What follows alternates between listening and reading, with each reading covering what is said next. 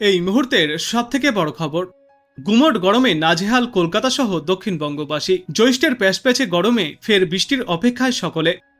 আজ সকাল থেকেই ভ্যাপসা গরমে নাজেহাল অবস্থা। অন্যদিকে টানা 5 দিন ধরে বজ্র বিদ্যুৎ সহ বৃষ্টির পূর্বাভাস জারি করা হয়েছে রাজ্যের একাধিক জায়গায়। বৃষ্টির সঙ্গে কোনো কোনো জায়গায় দফায় দফায় দমকা ঝড়ো হাওয়াও বয়ে যেতে পারে। চলতি মাসের শেষের দিকে নিম্নচাপ তৈরি হওয়ার সম্ভাবনা রয়েছে, যা পরবর্তীতে ঘূর্ণিঝড়ে পরিণত হতে পারে বলেও আশঙ্কা প্রকাশ করা হচ্ছে। আদৌ কি তৈরি হবে ঘূর্ণিঝড়, এই প্রশ্নের উত্তরে বিশেষজ্ঞরা জানিয়েছেন আগামী 23 মে দক্ষিণ পূর্ব বঙ্গোপসাগর এবং সংলগ্ন আন্দামান সাগরে একটি নিম্নচাপ তৈরি হওয়ার সম্ভাবনা আছে। নিম্নচাপটি তৈরি হলে তা ঘনীভূত হয়ে গভীর এবং অতিগভীর নিম্নচাপে পরিণত হওয়ার মাঝারি সম্ভাবনা রয়েছে। আগেই আবহাওয়া দপ্তর ইঙ্গিত দিয়েছিল মে মাসের শেষে ঘূর্ণিঝড় তৈরি হওয়ার আশঙ্কা রয়েছে, তবে নিম্নচাপ শেষ পর্যন্ত ঘূর্ণিঝড়ে পরিণত হবে কিনা সেদিকে নজর রাখা হচ্ছে।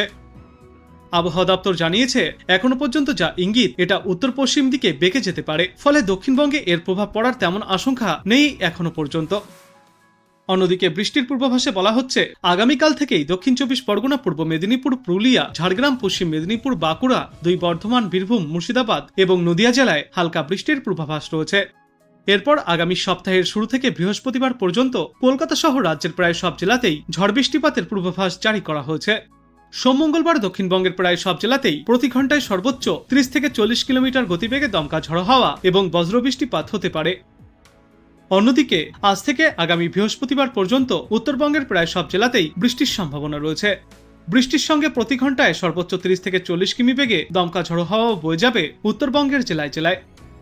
তবে দুই বঙ্গেই আপাতত বাড়বে তাপমাত্রা। আগামী 3 দিনে কলকাতা সহ দক্ষিণবঙ্গের জেলাগুলিতে 2 থেকে 3 ডিগ্রি সেলসিয়াস পর্যন্ত তাপমাত্রা আরও বাড়তে পারে। উত্তরের জেলাগুলিতেও আগামী 3 দিনে 2 থেকে 3 ডিগ্রি সেলসিয়াস পর্যন্ত বাড়তে পারে সর্বোচ্চ তাপমাত্রা। তাপপ্রবাহের সতর্কবার্তাও রয়েছে। আজ থেকে আগামীকাল পর্যন্ত পশ্চিম মেদিনীপুর, বাঁকুড়া, পশ্চিম বর্ধমানের কোথাও কোথাও তাপপ্রবাহের পরিস্থিতি তৈরি হতে পারে। বাকি জেলায় থাকবে আর্দ্রতাজনিত অস্বস্তি। প্রাক বর্ষা সম্পর্কে বিশেষজ্ঞরা জানিয়েছেন আগামীকালের মধ্যেই আন্দামান নিকোবর দ্বীপপুঞ্জ এবং বঙ্গোপসাগরের কিছু অংশে দক্ষিণ পশ্চিম মৌসুমী বায়ু ঢুকতে পারে। ওই অঞ্চলে দক্ষিণ পশ্চিম মৌসুমী বায়ু ঢোকার স্বাভাবিক সময় 22 মে, অর্থাৎ এবছর সময়ের 3 দিন আগেই আগমন করছে বর্ষা। অন্যদিকে দেশের মধ্যে কেরালায় সবার আগে বর্ষা প্রবেশ করে। দক্ষিণের এই রাজ্যে বর্ষা আসার স্বাভাবিক সময় 1 জুন। তবে এবার কেরলে 31 মে বর্ষা ঢুকতে পারে বলে আশা প্রকাশ করেছেন বিশেষজ্ঞরা। ইতিমধ্যেই বঙ্গোপসাগরে বর্ষা আসার অনুকূল পরিবেশ তৈরি হচ্ছে। বাংলায় বর্ষা আসার স্বাভাবিক সময় 6 থেকে 7 জুন। এ রাজ্যের উত্তরবঙ্গেই প্রথম বর্ষা প্রবেশ করে। এবছর জুন মাসের প্রথম সপ্তাহেই বাংলায় পা রাখতে চলেছে প্রাক বর্ষা। আর আজ তাপমাত্রার পরিসংখ্যানে বলা হয়েছে আজ সর্বোচ্চ তাপমাত্রা থাকবে 38 ডিগ্রি সেলসিয়াসের আশেপাশে। বর্তমানে এই তাপমাত্রা স্বাভাবিকের চেয়ে 2.3 ডিগ্রি সেলসিয়াস বেশি। আর আজ শহরের সর্বনিম্ন তাপমাত্রা থাকবে 29.5 ডিগ্রি সেলসিয়াসে। এই তাপমাত্রাও স্বাভাবিকের চেয়ে 2.8 ডিগ্রি সেলসিয়াস বেশি। বাতাসে আপেক্ষিক আর্দ্রতার সর্বাধিক পরিমাণ থাকবে 88%, আর ন্যূনতম পরিমাণ থাকবে 43%। এবার চলুন আমরা দেখে নেই আজ আলিপুর আবহাওয়া দপ্তর থেকে কি কি সতর্কবার্তা জারি করা হচ্ছে। কিছু কিছু জেলাতে আপনার হালকা মাঝারি বৃষ্টিপাতের সম্ভাবনা আছে, কিছু কিছু জেলাতে আপনার ড্রাই ওয়েদারের সম্ভাবনা আছে। তো আপনাদের ইন ডিটেলস জানাচ্ছি।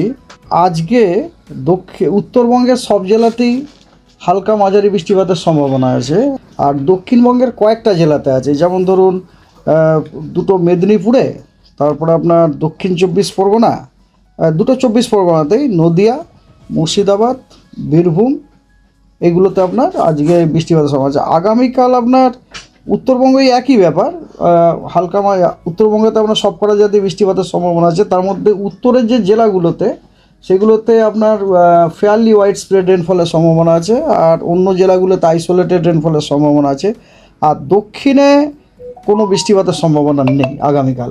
হ্যাঁ, আগামী পরশু দিনে 19 তারিখে সিচুয়েশান একই উত্তরবঙ্গের যে উত্তরের যে 5টি জেলা আছে, ওই জেলাগুলোতে ফেয়ারলি ওয়াইড স্প্রেডের সম্ভাবনা আছে, এবং বাকি 3টি জেলাতে স্ক্যাটার্ড রেনফলের সম্ভাবনা আছে। আর দক্ষিণবঙ্গের বেশ অনেকগুলো জেলাতে বৃষ্টিপাত আছে, কিন্তু দুর্ভাগ্যবশত কলকাতা, হুগলি, হাওড়াতে বৃষ্টির কোনো সম্ভাবনা নেই এবং পরশু 19 তারিখে, এবং পুরুলিয়া, ঝাড়গ্রামেও কোনো বৃষ্টিপাতের সম্ভাবনা নেই। অন্য জেলাগুলোতে আইসোলেটেড বৃষ্টির সম্ভাবনা আছে। 20 তারিখে কিন্তু পশ্চিমবঙ্গের সব জেলাতেই বৃষ্টিপাতের সম্ভাবনা আছে। এবং কথা হচ্ছে 20 তারিখে সব জেলাতেই আপনার ফেয়ারলি ওয়াইড স্প্রেড, এবং উত্তরবঙ্গের 5টা যে জেলা আছে উত্তরে, সেখানে ওয়াইড স্প্রেড রেনফলের সম্ভাবনা আছে।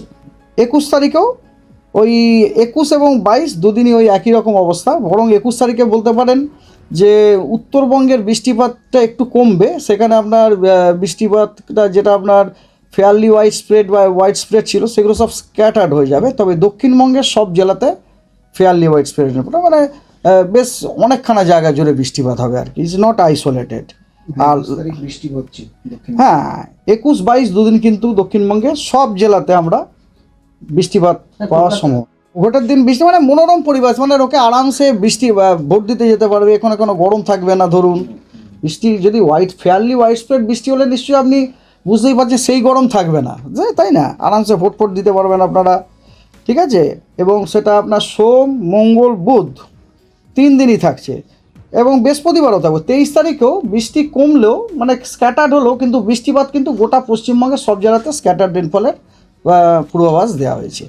ওয়ার্নিং আছে বেশ কয়েকটা জেলাতে। ওয়ার্নিং হচ্ছে এখন তো ফোরকাস্টের থেকে ওয়ার্নিংটা অনেক বেশি ইম্পর্ট্যান্ট, কারণ মানুষজনকে এখন অনেক সতর্ক হওয়া দরকার।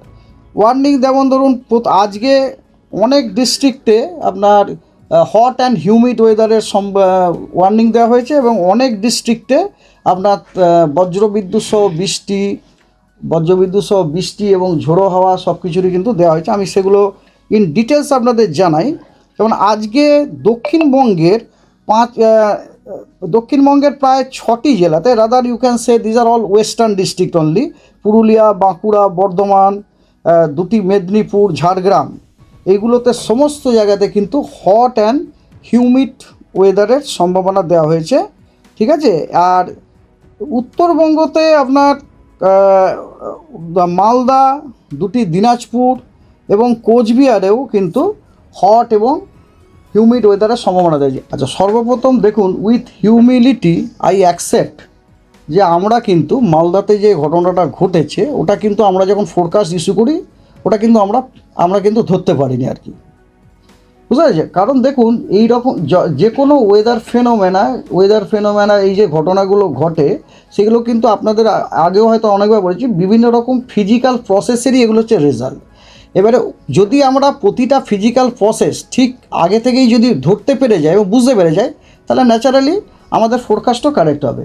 এই ধরনের ঘটনাগুলো হচ্ছে খুব ছোটো স্কেল ফেনোমেনা। এই ঘটনাগুলোকে আপনার ধরার জন্য সবথেকে বড় যন্ত্র যেটা, সেটা হচ্ছে রাডার।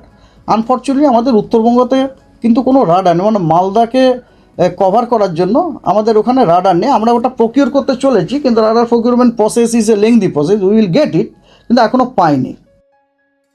তো আপনি কোথা থেকে দেখছেন এই আবহাওয়ার পূর্বাভাস এবং সেখানে কেমন রয়েছে আবহাওয়া অবশ্যই কমেন্ট করে জানাবেন। ভিডিওটায় একটি লাইক করবেন, আর পরবর্তীতে এমনই গুরুত্বপূর্ণ খবরগুলিকে সবার আগে দেখতে চ্যানেলটাকে সাবস্ক্রাইব করবেন।